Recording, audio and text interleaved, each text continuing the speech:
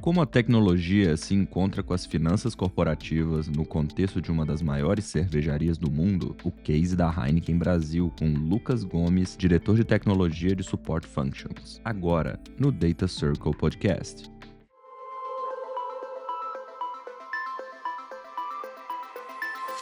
Bem-vindos e bem-vindas ao Data Circle Podcast, nosso podcast sobre AI e negócios, onde a teoria encontra a prática. Salve, salve, membros do Data Circle, a nossa comunidade que une a tecnologia com os negócios. Estamos aqui para mais um episódio do Data Circle Podcast. Eu sou Vitor Pontello, host de podcast, diretor na Artefact. E hoje comigo estão aqui a Alex, sempre muito animada para os episódios, né, Alex? Sempre, como sempre. Nossa managing partner do Latam. DJ, nosso diretor associado da Artefact. E aí, DJ, tudo bem? Djalma, né? DJ pros íntimos, né? Nós somos íntimos, então... Boa. E o Lucas Gomes, nosso diretor de TI aqui da Heineken, que tá nos dando a honra aqui de participar do nosso podcast. Tudo bom, Lucas? Prazer ter você aqui. Pontello. Muito obrigado pelo convite, pessoal. Um prazer estar aqui. Minha primeira vez no podcast, então simbora bater um papo. Boa, boa. E, bom, acho que o Lucas tem uma trajetória bem interessante na área de Support Functions, mais especificamente de finanças, mas sempre tendo um contato grande com a área da tecnologia, né, Lucas? Conta pra gente um pouco dessa trajetória ligando esses dois mundos aí, que tem tudo a ver, mas que às vezes esse papel de tradução é o ponto-chave ali para as coisas funcionarem. Legal, Pontello. Vamos lá. Acho que eu sou um outsider no mundo de tecnologia, né, no bom sentido. Minha carreira toda, minha formação, minha pós-graduação foram sempre na área financeira, mas eu sempre tive essa queda, esse interesse por tecnologia, né? Então, em todas as minhas funções em diferentes áreas de finanças, sempre tiveram ali um pezinho em tecnologia. Então, eu sempre fui o responsável, né, por fazer a ponte entre tecnologia, os times de TI e o negócio. Muitas vezes também encabeçando algumas iniciativas ali de inovação, digitalização e finanças.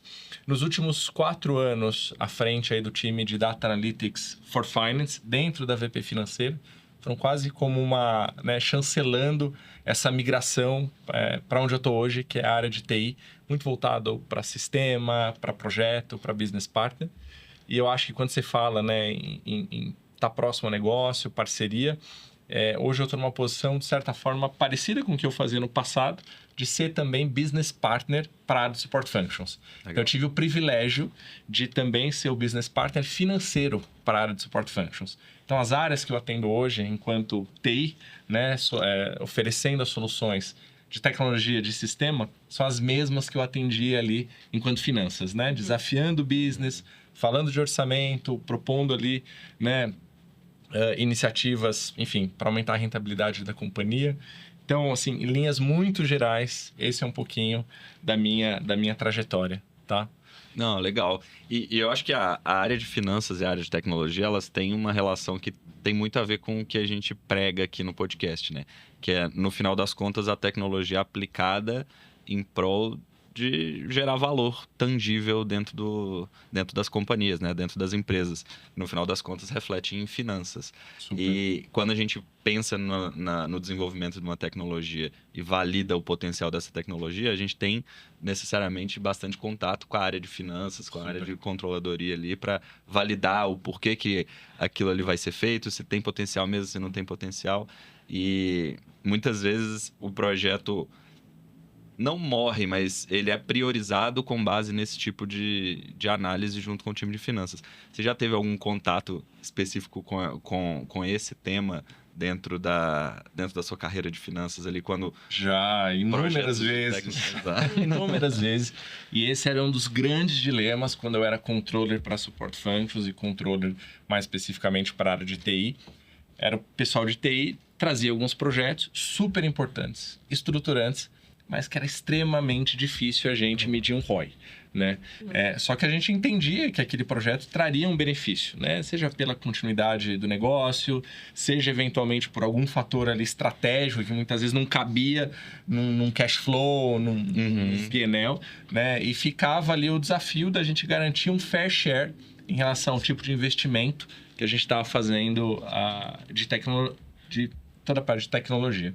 Agora, o que eu queria aproveitar que você trouxe um gancho legal de comparar, assim, Ponteiro, e resgatar uma comparação que eu vejo muito finanças e TI, né? Quando a gente pega o profissional clássico financeiro, o ways of work financeiro, eu acho que isso vem mudando ao longo dos últimos anos, era de mudar um pouco o papel que finanças tinha do negócio, dentro do negócio. Sair de um papel muito de back-office, de fechar folha de pagamento, de fechar DRE, fechar fluxo de caixa, para um copiloto do business, né?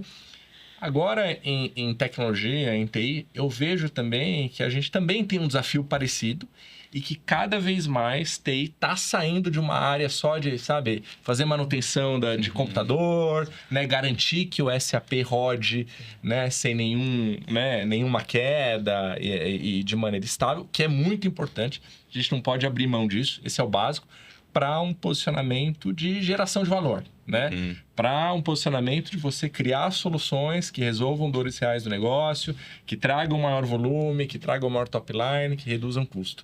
Então, queria citar isso porque, apesar de ser áreas diferentes, eu vejo um desafio muito parecido. As duas áreas saindo de um papel um pouco mais de back-office para realmente ser protagonistas na geração de valor das empresas. E é isso que eu tento também empurrar essa cultura de vamos gerar valor. Ser propositivo. Exato. No fim, são as áreas de negócio entenderem a razão delas existirem dentro da organização, né? Então, Isso. a TI, ela não tá ali só para ser TI, né, Alex? Provavelmente você tem alguns casos para contar sobre isso também, mas das dificuldades que a gente tem sobre... tem a TI precisa aprovar um determinado recurso na nuvem que vai custar determinado valor. E a TI não entende que esse recurso é importante para fazer um projeto que vai gerar valor, que vai avançar. Não, isso aqui não dá para fazer. Isso aqui está fora da arquitetura. Cara, então olha a arquitetura, vamos revisar essa arquitetura, precisa sair.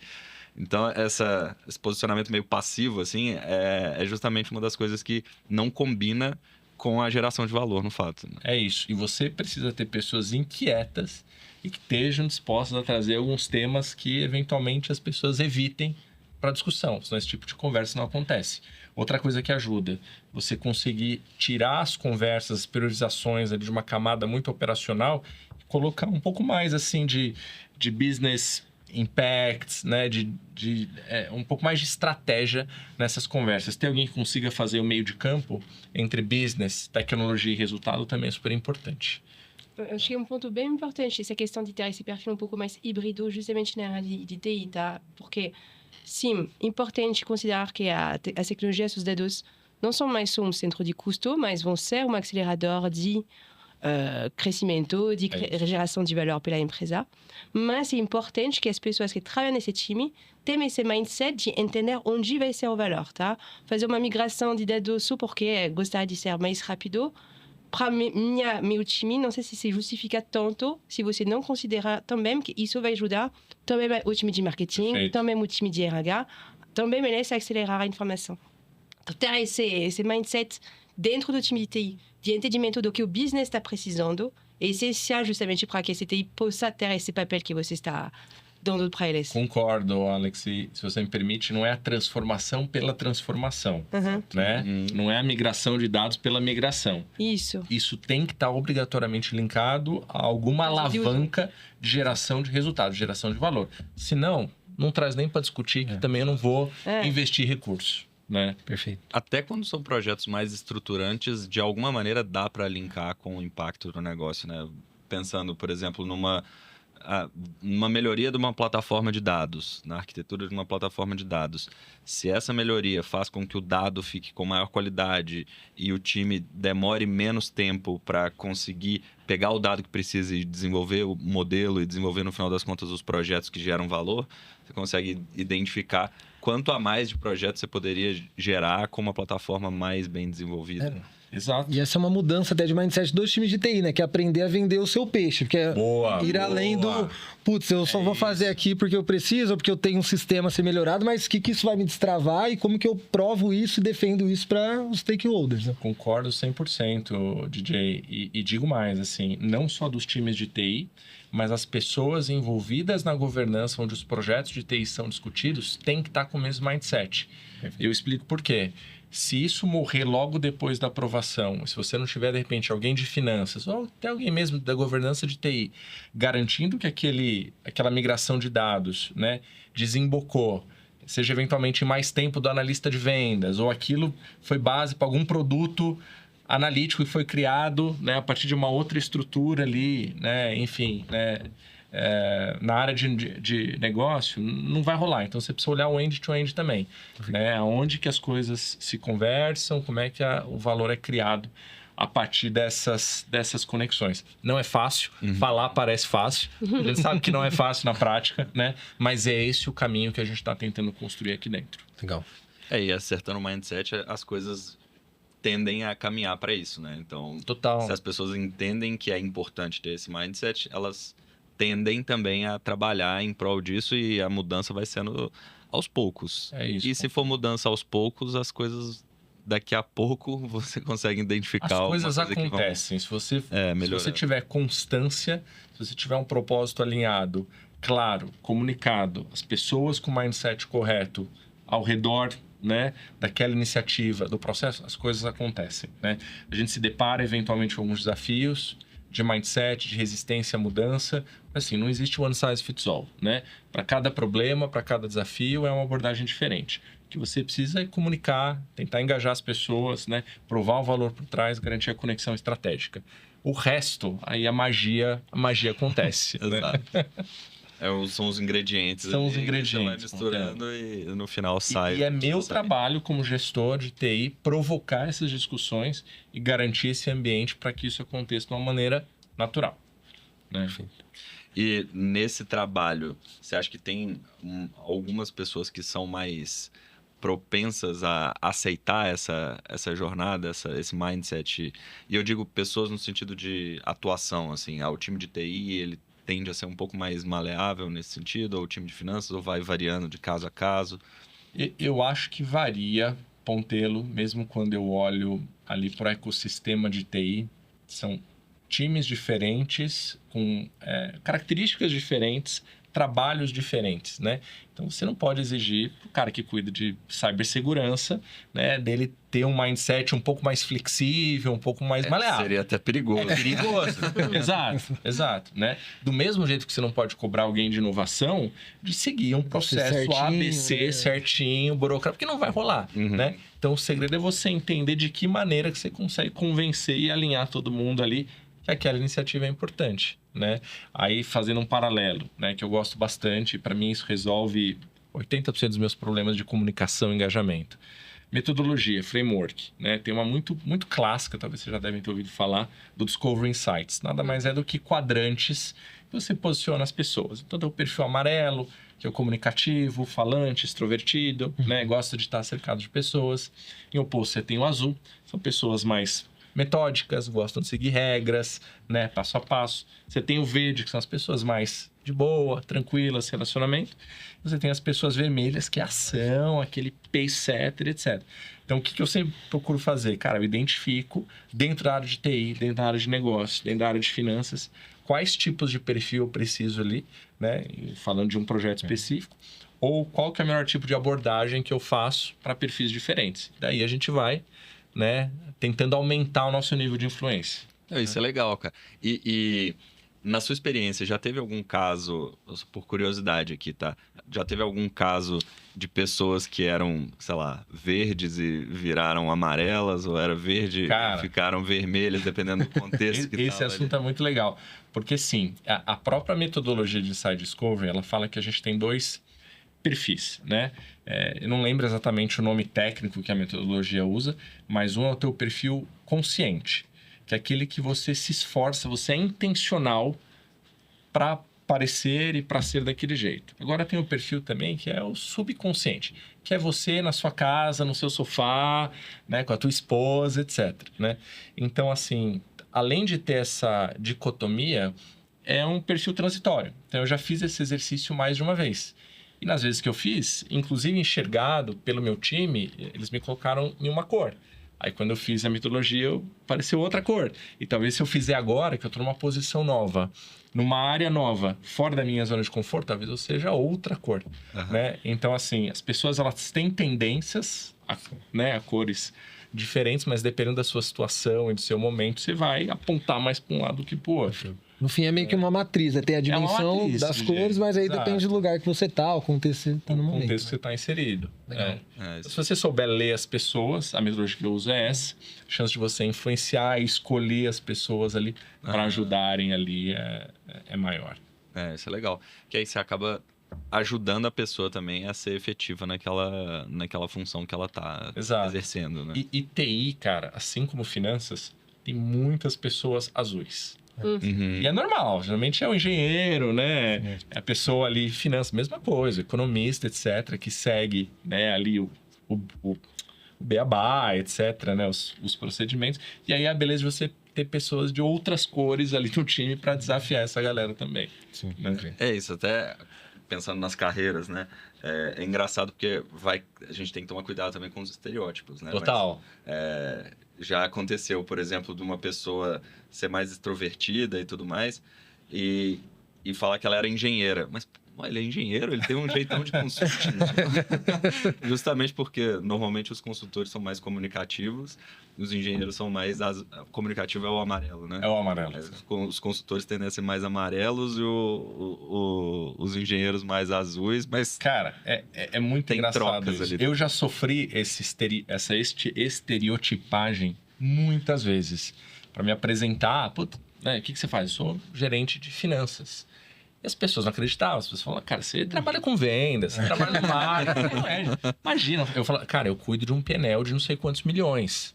Né? Eu olho para cash flow, meu trabalho é fazer orçamento, é fazer fechamento. Imagina, você é vendedor, você trabalha no marketing. Eu falei, não, galera, acredita em mim, porque eu tenho um perfil mais amarelo. Né? E eu acho que a beleza disso tudo é você saber desafiar, né? Você tá inserido num circuito que a sua diferença, perfil de comportamento agrega pro time, né? É interessante que você está tomando muita atenção nisso, porque acho que justamente a área de TI, em particular, é uma área de transformação, tá? Que vai ajudar a transformação. Então, transformação depende das pessoas entender o negócio e se assegurar que elas têm uma boa comunicação com a área que eles vão ajudar a transformar. Então, ter esse olho super humano não só nas skills das pessoas, que ele tem que manjar SQL, tem que manjar qualquer tecnologia, mas pensar que para esse projeto de transformação você vai ter que ter uma combinação desses perfis para o sucesso. Acho ótimo que você tenha esse mindset. E assim, na minha posição hoje, eu cuido das pessoas. Óbvio, no final do dia eu que assino os projetos, né? É minha responsabilidade. Mas eu tenho pessoas muito mais capacitadas do que eu para fazer a parte técnica, para desafiar os... Eu preciso cuidar das pessoas. Se não tiver ninguém olhando para as pessoas, suportando as pessoas, desafiando elas quando precisam ser desafiadas, engajando as pessoas ali, o negócio não vai para frente. Né? Então, óbvio, né? A parte técnica, a gente tem que conhecer pelo menos o mínimo para desafiar o time. Sim. Mas eu tenho pessoas ótimas hoje olhando para essa parte. Então, eu como gestor, cuido das minhas pessoas, dos meus times e influencio a organização para facilitar o trabalho do meu time naquilo que a gente se propõe a fazer. Eu acredito muito isso. Juntando os dois pontos, né? A gestão das pessoas fica até mais fácil quando é um ambiente mais diverso, né? Imagina você gerir todo mundo igual ali. Só tem gente azul no time ou então só tem gente amarelo. Fica mais difícil de você movimentar as peças em função dos desafios e conseguir ajustar o time para conseguir o resultado, porque todo mundo tem um perfil igual. Pensa igual, não tem discussão, não tem discordância, não evolui, né? Exato. A gente tinha feito, eu já contei essa história, mas a gente tinha feito um teste justamente de personalidade lá na Artefact, lá na época, quando eu estava manager. Era engraçado o quanto todo mundo era super heterogêneo. Tipo, todo mundo com uma hobbies e vontades diferentes, mas a única coisa que a gente tinha todos em comum era a curiosidade. E acho que isso, quando você trabalha no mundo de AI e de dados, claramente você precisa ser curioso porque está mudando todo dia e você tem que ir atrás da informação e tudo isso. E acho que é isso que faz também a força, por exemplo, do nosso time, tá? É justamente tem coisas, a gente tem que ser diferente, mas temos que ter alguns valores, alguns em comum, sabe? E curiosidade achei ótima. Compartilhada, né? Curiosidade no final do dia, ser curioso também vai te ajudar a ser uma pessoa mais criativa, você vai consumir mais repertório, isso tudo vai criando uma massa cinzenta que você vai usar no dia a dia. E até fazendo aqui o paralelo, pessoal, acho que vocês trouxeram um tema legal, fazendo um paralelo com o IA, né? Na era que a gente está vivendo agora, onde cada vez mais... Cara, você abre o LinkedIn hoje, 90% dos textos é IA. Sim, é muito homogêneo, é tudo muito homogêneo. O Silvio Meira, lá do Recife, da Porto Digital, escreveu um texto muito legal falando sobre isso, que a IA está custando, né, a criatividade individual, né? Então, hoje está tudo muito massificado, está tudo muito homogêneo, né? Então, assim, se a gente não tiver essa diversidade nos nossos times, nas nossas equipes, nas organizações, cara, já a gente escrever e-mail, a gente já escreve igual, porque todo mundo usa IA, né?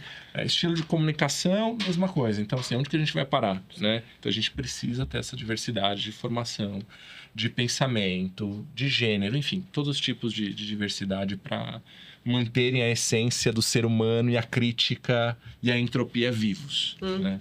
É um pouco do que eu penso, tá fazendo paralelo aqui. Não, faz super sentido. A gente teve aqui no podcast alguns episódios para trás, não sei dizer quantos, mas o Léo Cândido, a gente discutiu sobre o papel do ser humano nesse mundo da inteligência artificial atual, né? E no fim, é muito claro que fazer o medíocre, né? Chegar no nível da média ali, tá muito fácil com a IA. A IA consegue chegar nisso de uma maneira muito direta. Exato. E com pouco esforço. Um prompt simples ali te chega naquele resultado. Agora, o algo a mais que vai fazer a diferença. E aí, para ter o algo a mais, o ser humano precisa trazer alguma coisa diferente para a IA, porque senão tudo vai ser homogêneo. Exatamente igual, né? Homogêneo. Então, ele deu exemplo na época sobre... Você vai criar uma imagem. Aí, uma coisa é você falar, cara, eu quero uma foto de uma montanha no pôr do sol. Outra coisa eu quero uma foto de uma montanha com neve no leste e tirado com uma câmera... milímetros, DSLR, a não sei quantos metros, com uma luz obtusa que reflete na nuvem. Aí é outra ideia. Aí você consegue trazer a criatividade do ser humano potencializada com a IA e não só replicar o que a IA já sabe fazer, né? É exatamente isso. Até fazendo um paralelo, né? Na minha posição antiga, eu gostava muito de fazer o que eu chamava de roadshows. O que eu fazia? Né? Eu atendia finanças com essa parte de data analytics, de transformação, digital, etc. E eu gostava de levar algumas provocações para os times. E uma das provocações que eu fazia com os times ali de finanças era justamente sobre inovar, sobre arriscar, né? Falava muito sobre criatividade.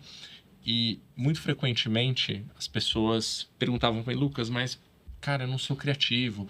Você vem aqui, você mostra uns PPT bonitos, você fala um monte de frase, mas eu volto pro dia a dia, eu me sinto preso, etc. A primeira coisa que eu falo é a seguinte, cara, não existe o não ser criativo. Então, primeira coisa, tira esse rótulo, não existe, né? Você, por ser um ser humano, já é muito criativo, talvez você não tenha essa consciência. E outro ponto, existem maneiras de você exercitar essa criatividade, que é repertório, faça as coisas diferentes, aprenda coisas novas, faça um caminho diferente quando você voltar para casa, né? Experimenta um hobby novo, experimenta cozinhar, experimenta, sei lá, né? Viaja, etc. Por que eu tô te falando isso tudo? Porque só quando a gente tem um repertório maior, mais robusto, a gente consegue criar prompts, né, melhores, mais robustos e se diferenciar nesse oceano homogêneo que está virando a IA, as LLMs, etc. Né? Essa é uma boa reflexão. Eu queria voltar um pouquinho para sua experiência ali, fazendo essa interface entre finanças e tecnologia. Provavelmente nessa sua trajetória você se deparou com vários desafios e vários casos interessantes que você poderia compartilhar aqui. Pensando em desafio, Quais foram alguns dos desafios principais que você encontrou nessa jornada aí que você gostaria de citar? Desafios principais. Eu acho que é um desafio, mas olhando para trás, acho que é um golaço, inclusive aquele que a gente trabalhou junto, né? Eu brinco que tem um projeto específico da Heineken que tem a ver com crédito, né? Então, basicamente, a gente desenvolveu uma ferramenta. Eu brinco que eu não sou o pai, mas eu sou o padrinho desse projeto, né? Que tem mais, acho que quase 4 anos aí e deu super certo. Mas que era basicamente como é que a gente consegue melhorar o nosso cálculo de crédito e dar aquele crédito, assim, tailor-made para os clientes, né? Então, levando em consideração um monte de informação, um monte de variável e garantir que a gente vai diminuir o risco de inadimplência dele, né? E eu lembro que no começo, assim, foi muito difícil, assim, tangibilizar, né, os ganhos e tentar... A organização não estava muito acostumada naquela época, 4 anos atrás, em falar sobre projetos de dados, como se cria um produto analítico, qual que é o processo, né? Muito diferente de um projeto waterfall, é muito diferente de um projeto de implementação tradicional de um sistema, né? Então, assim, eu lembro do desafio que foi a gente conseguir aterrissar as conversas ali e vender isso para a organização de um jeito que fosse claro, né? Em relação a, esse aqui é o risco, mas esse aqui é o retorno esperado, é isso aqui, essa aqui são as alavancas que a gente vai mexer. Então, eu lembro que, assim, foi um processo de catequização mesmo, sabe, Pontelho? De falar sobre o tema, de falar com o time aí do DJ, com o Artefact, trazer o business também para se sentir parte, né? Porque esse é um outro ponto também. A partir do momento que o business não se sente parte, raramente a gente vai ter engajamento, dedicação, etc. Então, acho que esse foi o case emblemático, que foi um pouco difícil no começo. Muitas discussões, muitas idas e vindas, e novas métricas que a gente não estava acostumado, nem o negócio, mas que deu muito certo depois, né, DJ? Sim, e que no fim me fez lembrar dos quadrantes que você comentou das cores, né? Porque é sobre a gente conseguir vender de uma forma diferente para diferentes times, né? E quando a gente fala com finanças, que acho que é um pouco esse perfil mais azul e mais pragmático. Sim. E a gente falava muitas vezes com vendas também, que é algo entre... Talvez entre o amarelo e o vermelho, você pode me corrigir, né, Lucas? Sim, não, mas é isso aí. Mas que, no fim, a gente tinha que ter um ângulo diferente para cada time que a gente ia falar. Então, isso acho que ajudou muito na compra do projeto pelos stakeholders que a gente estava conversando ali. Então, essa intencionalidade que você mencionou, essa versatilidade, acho que é muito importante a gente conseguir levar adiante esse tipo de projeto super inovador, né? No final das contas. Não, eu concordo. Total. E lembrando de um outro case aqui também, Ponteiro, vamos falar de coisas que não deram certo. Porque eu acho que vale a pena também. A gente foi muito pioneiro, alguns anos atrás, em finanças, de fazer o primeiro programa de inovação aberta da Heineken Brasil, partindo de finanças. A gente selecionou alguns desafios, a gente levou para as startups, etc. Aí uma startup, enfim, fez o pitch, a gente gostou, a gente trouxe ela, desenvolveram o produto. Só que o que aconteceu? A startup faliu. A startup, antes de entregar o produto, faliu. Nossa. Aí toca eu indo lá, né? Primeiro falar com o CFO, ó, tivemos um problema. Tivemos um problema, é o seguinte, não saiu. Né? Saiu assim 60%, mas não saiu 100% ainda.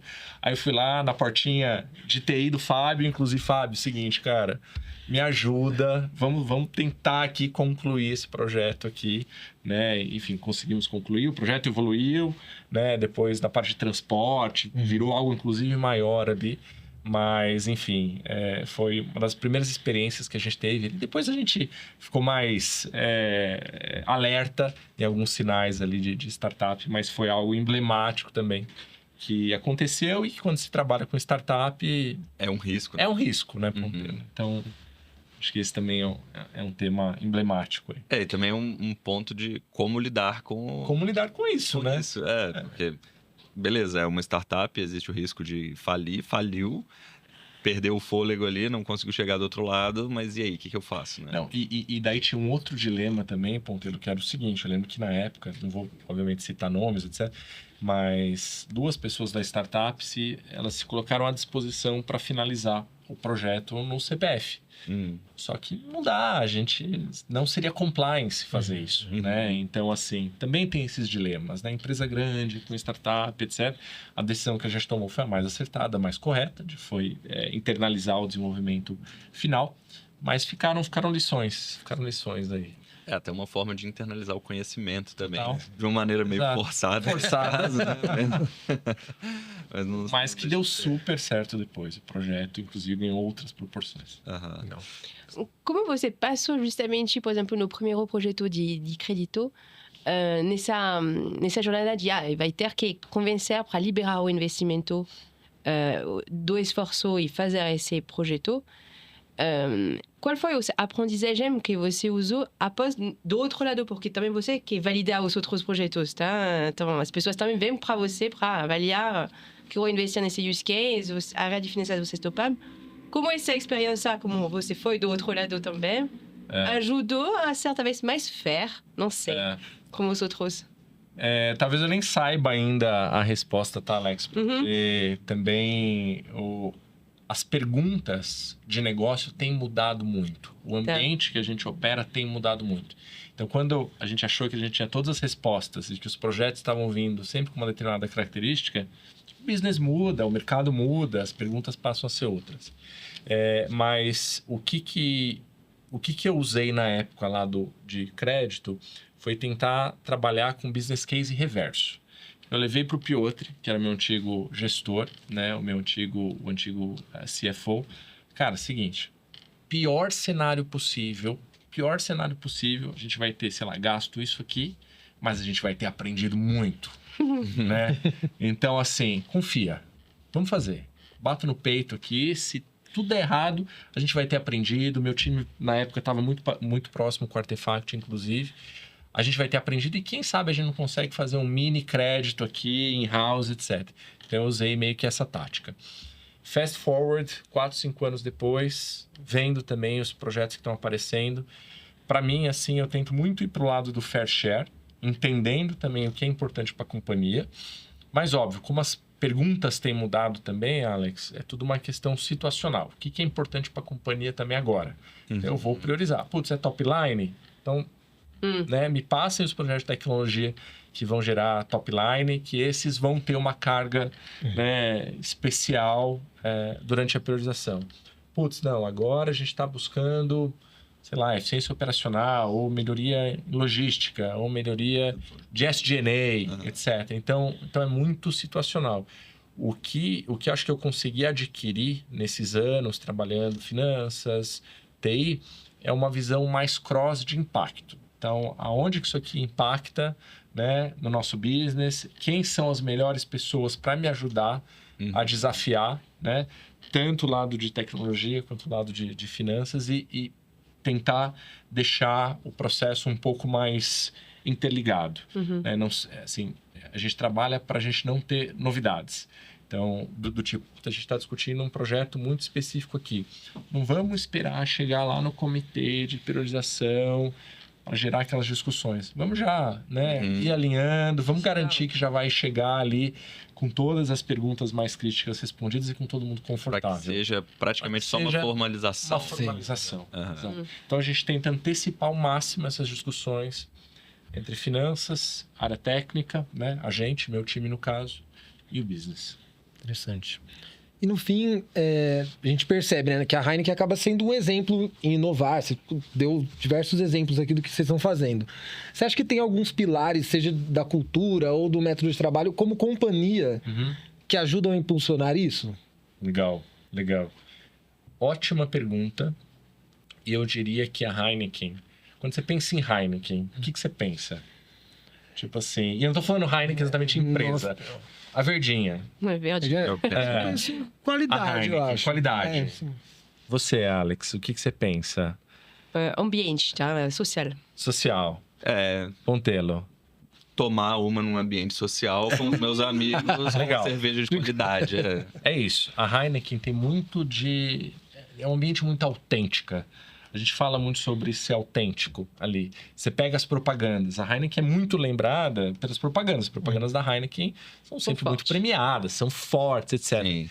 Então, isso também tem um pouco da cultura Heineken de fazer as coisas diferentes, de estar aberto para o novo, de estar aberto para experimentação, né? De entender de novo a importância de um ambiente diverso.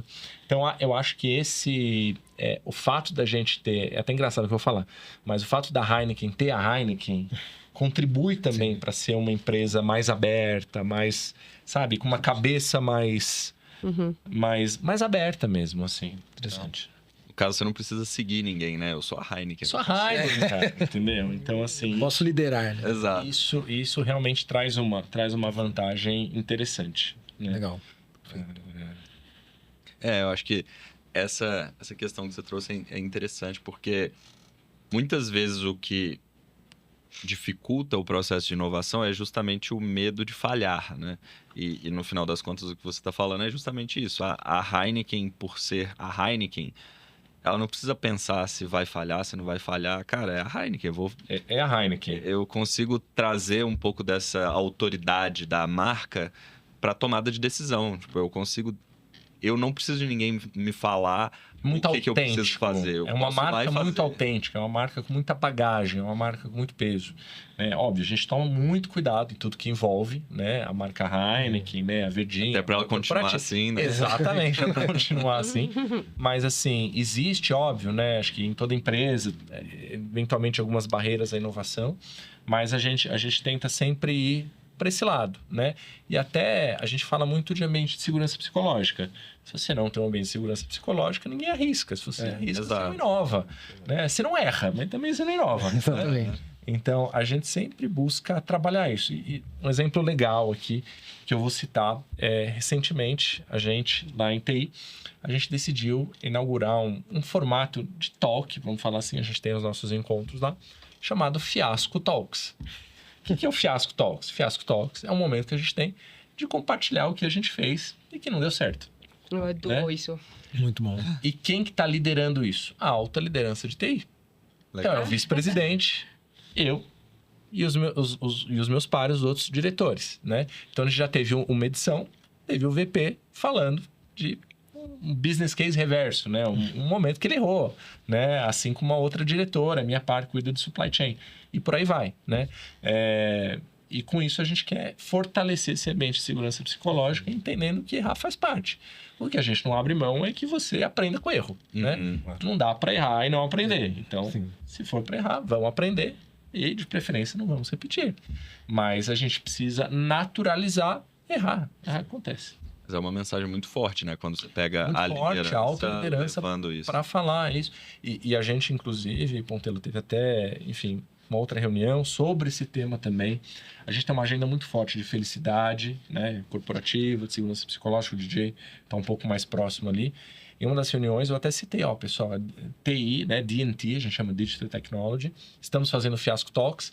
E outras áreas da organização já falam, puta, que legal, eu quero repetir aqui. Legal. Vou repetir em supply, vou repetir em vendas, né? Porque é um momento de fragilidade, de vulnerabilidade que a gente se abre ali, né? Mas pensando nessa criação desse ambiente saudável, que todo mundo possa arriscar mais. Vou roubar a ideia, tá? Por favor, Alex. Vai acontecer, né? Gostei muito. Próxima semana já. E na Heineken, a gente tem um dos comportamentos, assim, que a gente fala, é copiar com orgulho. Então, copy with pride. Então, por favor. Não, e esse tipo de iniciativa, né, no final das contas, vai falando dos bastidores até do que deu certo no final. Exato. Porque para uma coisa dar certo no final, muitas vezes tem um monte de falhas ali no meio do caminho que pode dar vários fiasco talks. E isso que você fala é muito legal, porque a gente fez a primeira edição. Eu, inclusive, estava apresentando, tive o privilégio de apresentar e bolar o storytelling. E eu abri justamente contando alguns casos clássicos de fiasco de pessoas, cara, de outro nível, né? Então eu coloquei, sei lá, lançou um celular em 2015, o celular vendeu 5% da previsão de vendas, morreu não sei quantos milhões de dólares no estoque. Quem adivinha quem é? Jeff Bezos, né? Com o Amazon, acho que era o Fire. Mas qual foi o benefício disso aí? A Amazon entrou em hardware, né? Então, aí tem lá clássico, né? Steve Jobs foi demitido, né? Etc. Da sua própria empresa. Whoopi Goldberg, Guga, etc. Então, trazendo isso também, esses ícones, humaniza ainda mais. E tá tudo bem. Exato. Não, muito legal.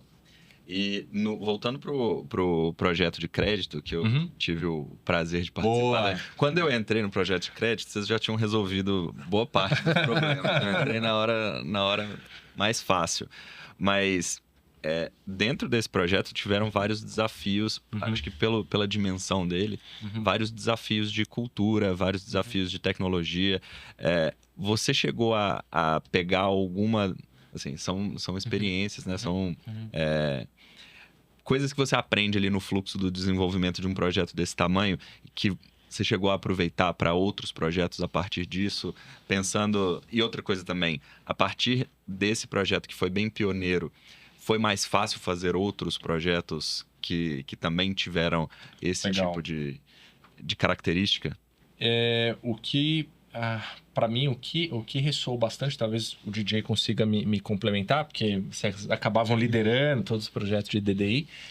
Eu lembro que uma das coisas que a gente aperfeiçoou ao longo, principalmente no começo, quando estava começando a aparecer os primeiros resultados ali, e que acho que depois, muito provavelmente, o time acabou evoluindo, foi o rigor financeiro ao demonstrar os benefícios. Lembro de ter essa conversa com o DJ, lembro de ter essa conversa com outras pessoas ali, que os ganhos do projeto, os números eram mostrados de uma maneira. Mas eu era finanças, eu sabia que talvez aquela não fosse a melhor maneira, porque aquilo não ia aparecer no resultado, no final. Então, cara, em vez de mostrar o dado dessa forma aqui, com esse nome, vamos mudar a premissa. Alinha lá com o Business Control, que é o pessoal da controladoria.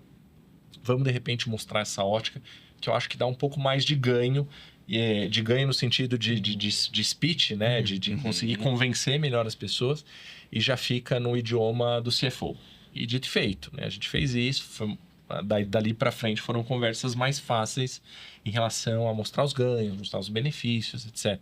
Então, aí eu não sei, DJ, como que isso ressoou depois. Não, aí acho que é um poder muito interessante justamente da curiosidade, da troca, né? Porque não adianta a gente, até como time de tecnologia, querer só ensinar. Eu tô trazendo a inovação, então só vou te ensinar o que tem que fazer, só aceita aí que eu tô te... Não, a gente trocava muito... Então, a gente tem um conhecimento muito grande de dados, inteligência artificial, mas que a gente pode aprender como que finanças olha para as coisas, e aí quando você junta uma coisa na outra, fica hiper poderoso, né? Que é isso.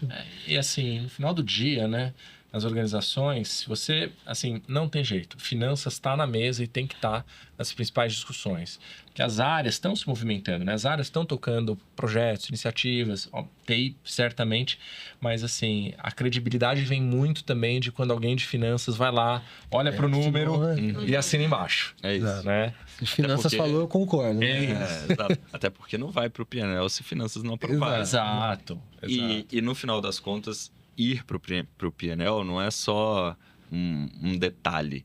É o que pode refinanciar toda a iniciativa que vem depois. Então, Exato. Se eu desenvolvo um projeto que está ali comprovado pelo time de finanças, que ele gerou valor, que ele gerou o resultado que era esperado dele, ou até acima do esperado dele, eu consigo chegar para a área de negócio e falar, eu posso... pode liberar mais budget aqui, porque a gente sabe o que fazer com ele. Se tiver isso, a gente conseguiu com esse budget, o ROI foi esse. Se tiver mais budget, a gente consegue fazer muito mais. E vai deixar o dinheiro na mesa? Não vai. Então, você tem argumento. Não tem argumento melhor que esse. Exato. Não tem argumento melhor que esse. Em finanças, a gente costuma usar 2 termos para reinvestimento. A gente fala muito em fuel for growth, que é combustível para crescimento, né? Que é basicamente você não reinveste, você deixa ali, né? Fuel for growth, que você reinveste em crescimento, e fuel for profit. Esse sim você deixa lá, você gerou um resultado incremental. Concordo com você. Melhor maneira de demonstrar e de ganhar uma argumentação bateu no PNL, bonitinho. Então, você gostou disso aqui? Beleza, eu consigo fazer 10 vezes mais com 5 vezes mais investimento. Exato. É isso. Aí não tem finanças. Espaço para discussão. Se der errado, a gente pelo menos vai aprender, né? Então sempre tem isso. Aí, óbvio, né? Só tem que tomar cuidado com o tanto tá em jogo. Né? Mas esse é o espírito, gente. É isso. E foi muito o espírito do DDI foi exatamente esse. Né? Foi isso. Que foi essa metodologia de validar o resultado, foi o que fez o DDI. E aí, para quem não está familiarizado com o termo, o DDI é um programa da Heineken, você pode explicar até melhor que eu, que alavancou a Advanced Analytics em função de várias áreas de negócio. Um dos principais projetos foi esse de crédito que a gente está falando aqui, que foi um dos que mais gerou resultado, mas que todos esses projetos de todas essas áreas de negócio têm em comum essa característica da gente validar o ganho É isso. com o time de finanças independente da área. Então, projeto de supply valida o ganho com o time de finanças. É isso. Como que gerou o ganho? O ganho foi aumento de receita, foi redução de custo, foi dessa forma o cálculo? Beleza, tá fazendo sentido. Então, vamos testar. Aí, isso no começo do projeto a gente faz essa validação. Depois do projeto, já na fase de teste e scale, a gente volta com aquela metodologia, valida o resultado que está dando esse projeto e o time de finanças já está ali onboarding e consegue assinar embaixo que, de fato, aquele projeto gerou o que estava planejado ali no início. E daí você gasta os recursos, as discussões onde realmente importa. Que é quando os times ali estão quebrando a cabeça, o momento é propício para isso. E não quando você vai numa reunião de validação, né? Aí a polêmica começa, etc. Então, acho que adicional a essa parte também, a partir do momento que você tem o sign-off, a gente também, enquanto TI, consegue voltar para o negócio e numa época de orçamento, por exemplo, e desafiar eles. Do tipo, cara, DJ, aquele projeto lá de crédito tá trazendo não sei quantos milhões aí. Por que isso não está refletido nos seus números, no seu orçamento, né? Esse ganho, né? Uhum. Então, isso dá ainda mais poder para a TI, né? Ter um papel protagonista de geração de valor, né? Exato. Isso é muito legal. Deixar de ser um centro de custo e virar um centro gerador de valor. É isso. E para quem quiser saber um pouco mais sobre o DDI, tem o primeiro episódio do podcast que foi gravado com pessoas externas, que foi com o Fábio Cringe. Que vai dar um scroll aí no YouTube ou no Spotify. Tem que scrollar bastante, mas vai chegar. Mas vale a pena. O DDI foi um golaço. Né? Abraço aí pro Fábio. Fábio, meu parceiro de crime aí, no bom sentido. Mas o DDI, na verdade, é uma jornada que mostrou para a Heineken o valor de Data Analytics, né? Da Advanced Analytics e de todos esses produtos que foram criados aí nos últimos anos. Né? Golaço. Tem produtos rodando em todas as áreas aí, support functions, que, enfim, né? São as áreas que eu cuido também. Como eu falei, crédito, eu me considero padrinho aí, tenho muito orgulho de ter feito parte. E é uma jornada muito legal mesmo. E agora, qual é um pouco a próxima etapa dessa jornada pela área de TI de Support Functions? A gente falou de Advanced Analytics, vocês estão falando hoje de Agentic, que é um pouco o hot topic, especialmente na área de Support Functions, acho. A gente está falando ainda, inclusive o Global está vindo com guidance, né? Muito interessante. E a gente está mapeando as oportunidades, está falando em upskilling, etc. Então é algo que está no forno aí para a gente começar a atacar muito em breve. A gente sabe do potencial, é algo que tem evoluído, né? Assim, exponencialmente, sei lá, nos últimos 6 meses, 10 meses. Sim. Né? As capabilities dos agentes têm crescido muito. E é algo que a gente quer atacar de maneira estruturada aí muito em breve.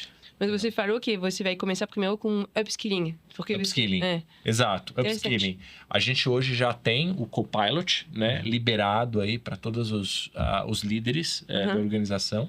Então, a ideia é, com o Copilot em place, o que a gente já consegue fazer? Né? E é legal que, enfim, a licença que a gente tem hoje já libera para a gente criar alguns agentes, né, com base em knowledge base ali. Então, eu consigo...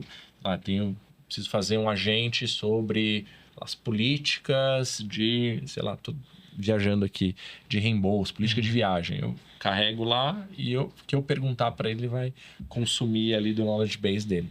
Né? Então, assim, tem um baita potencial e a gente está entendendo ali onde que a gente consegue ter alguns quick wins. Mas isso é super interessante, né? E é uma diferença que eu vejo em GenAI e Agentic AI em relação à AI tradicional, que é... Antigamente, né, 3, 4 anos atrás no DDI, para você falar de AI com alguém do negócio, a barreira que tem para você explicar e para o contato que a pessoa já teve com isso é bem maior do que hoje em dia, porque hoje a gente que AI, a pessoa pode ter o Copilot, ela entende fundamentalmente como que funciona. Beleza, tem produtos mais complexos que precisa de uma squad, de um time de tecnologia para desenvolver? Tem, mas quando você vai falar com um negócio, a língua pelo menos já é praticamente a mesma ali. Concordo 100%, DJ. E até fazendo um paralelo, né? Sei lá, 10 anos atrás, 6 anos atrás, né? Se você me perguntasse qual habilidade, competência ou conhecimento, né, qualquer gerente deveria ter na organização, ou qualquer líder, coordenador, etc., eu ia falar finanças. Se você não souber finanças, mesmo sendo um gerente de RH, uma gerente de marca, alguém algum dia vai te passar a perna numa reunião. Alguém vai começar a falar de fluxo de caixa com você, alguém vai te perguntar qual é o impacto que você gera em operating profit, qual que é a tua net revenue aí por HL.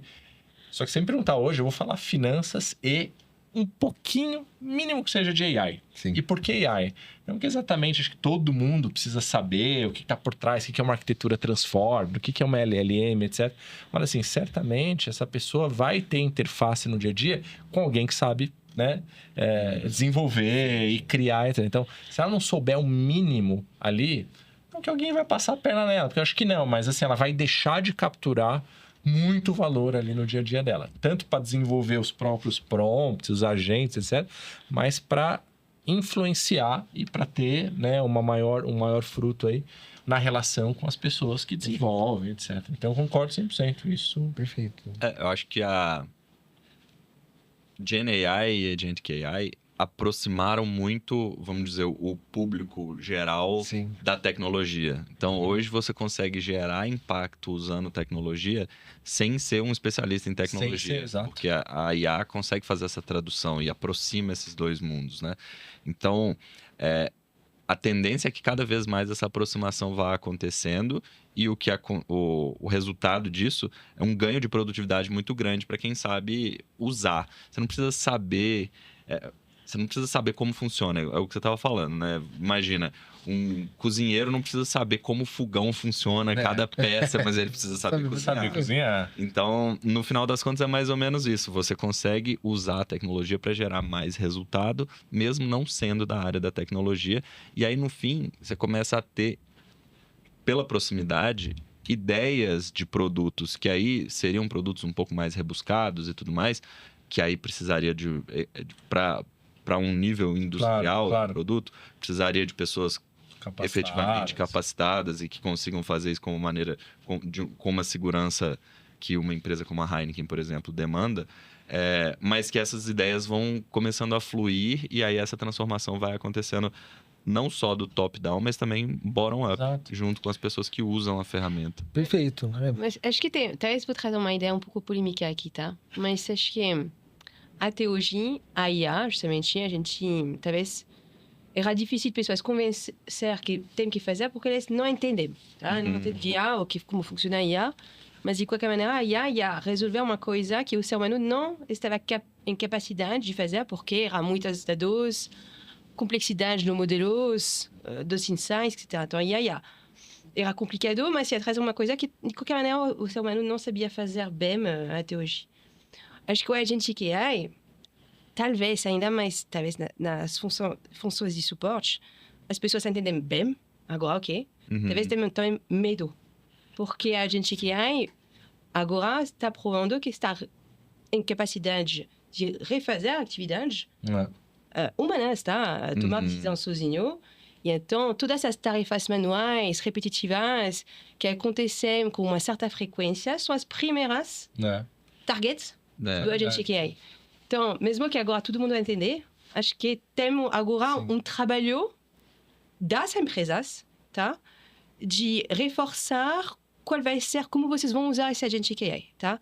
Que talvez vai amanecer algumas tarefas, sim, vai ser matador, talvez, vocês não vão mais precisar fazer isso, mas esse tempo que estamos liberando é para vocês fazer outras coisas.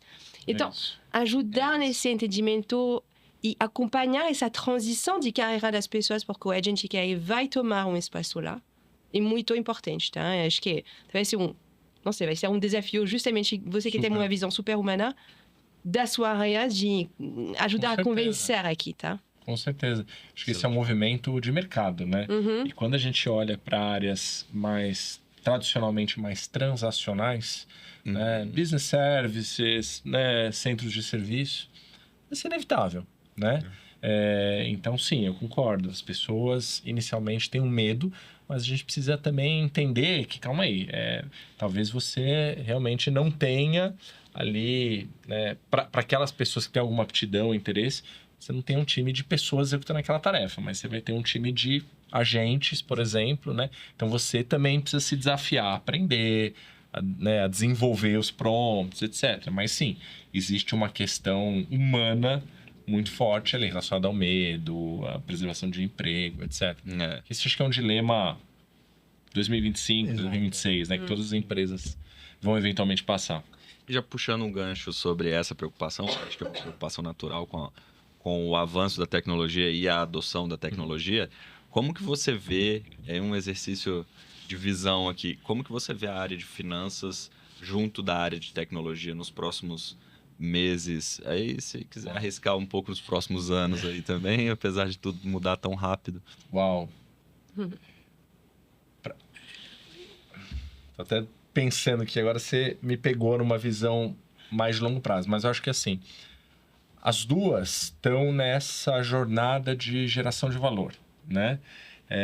E eu acho que tecnologia, e até dando um pouco de exemplo das discussões que eu participo, quando me chamam de outras áreas, né? O RH vai discutir cultura e estratégia. Putz, chama lá o Lucas, o time de tecnologia. Então, acho que tecnologia, ainda mais do que finanças, vai ser o verdadeiro enabler para muita coisa daqui para frente. Para muita coisa daqui para frente. Desde cultura organizacional, que é o jeito que a gente trabalha, o jeito que a gente fala, o jeito que a gente se veste, o jeito que a gente se relaciona, até eficiência operacional. Passando por agentes, passando por menos gente nas linhas de produção, né? Menos gente no campo. Não estou falando da Heineken em específico, estou falando de mercado. Né? Então, eu vejo a tecnologia em absolutamente tudo. Vejo mais gente trabalhando com tecnologia, vejo o perfil das áreas de negócio indo também para uma área híbrida entre tecnologia e business. Acho, inclusive, que esse movimento, Alex, que você falou do receio, do medo, para mim é um wake-up call para as pessoas que estão acomodadas, né? As pessoas que têm a síndrome de Gabriela, sempre foi assim, sempre fiz assim e vai continuar assim. Então, essas pessoas têm que também dar um step up ali, se atualizar, né? Para, enfim, entender como que elas conseguem agregar valor nesse mundo de agentes, né? Então, acho que eu vejo finanças e TI nessa busca por criar ainda mais valor, finanças como sendo o copiloto do business e tecnologia como sendo enabler de muita coisa. E muita coisa que a gente não sabe. E a gente só vai saber quando chegar o dia que a gente descobrir. Né? Porque tem aquilo que a gente acha que sabe, tem aquilo que a gente não sabe que não sabe. E eu acho que o grande impacto vai ser aquilo que a gente não tem ideia hoje, que a gente nem sonha. Sim. Mas vai chegar. Em breve, não vai demorar muito. E se a gente conversasse com nós mesmos há 2 anos atrás, provavelmente a gente não ia falar que a gente está nessa situação. A gente estaria nessa situação hoje, né? Jamais. Tão rápido que tudo evoluiu. As coisas têm evoluído e de maneira surpreendentemente o custo tem evoluído de maneira marginal. Então tá ficando mais barato, tá ficando mais democrático. O custo de você fazer um produto hoje, em comparação a 1 ano atrás, a 2, a 5 anos, caiu substancialmente, né? Então, a revolução ela é mais do que tecnológica, a revolução é democrática. Exato. Né? Todo mundo, né? Pessoa física, as organizações, estão com acesso e estão com essa sede. Né? Tem muita gente estudando, muita gente se capacitando, né? Então, muita coisa vai acontecer em breve ainda, gente. É isso. Bom, a gente passou um pouco sobre as histórias da jornada, né, de finanças com tecnologia, até um exercício de futurologia aqui, passando até pelo comportamento das pessoas ali no início, né, um pouco de inovação. Muito bom. Obrigado, Lucas. Imagina, pô. Pela participação. Prazer, foi um prazer aqui. Me diverti com você. Agitamos. Barato. Exato. E eu só tô encerrando aqui porque o cronômetro já tá chegando. Fica tranquilo. Senão dava pra gente ficar. Tem como dar pausa ali? Se trouxesse, se tiver uma Heineken, a gente continua aqui. Aqui, ó, já a decoração verde. Já tá verde, já tá no clima. Show, show. Obrigado, DJ. Valeu pela participação mais uma vez. Pô, sempre um prazer. Valeu, Alex. Obrigadão também pela presença. Obrigada por animar esse papo maravilhoso. Muito obrigado, pessoal. É isso aí. Semana que vem tem mais. Até lá. Tchau, tchau. Valeu. Tchau, tchau.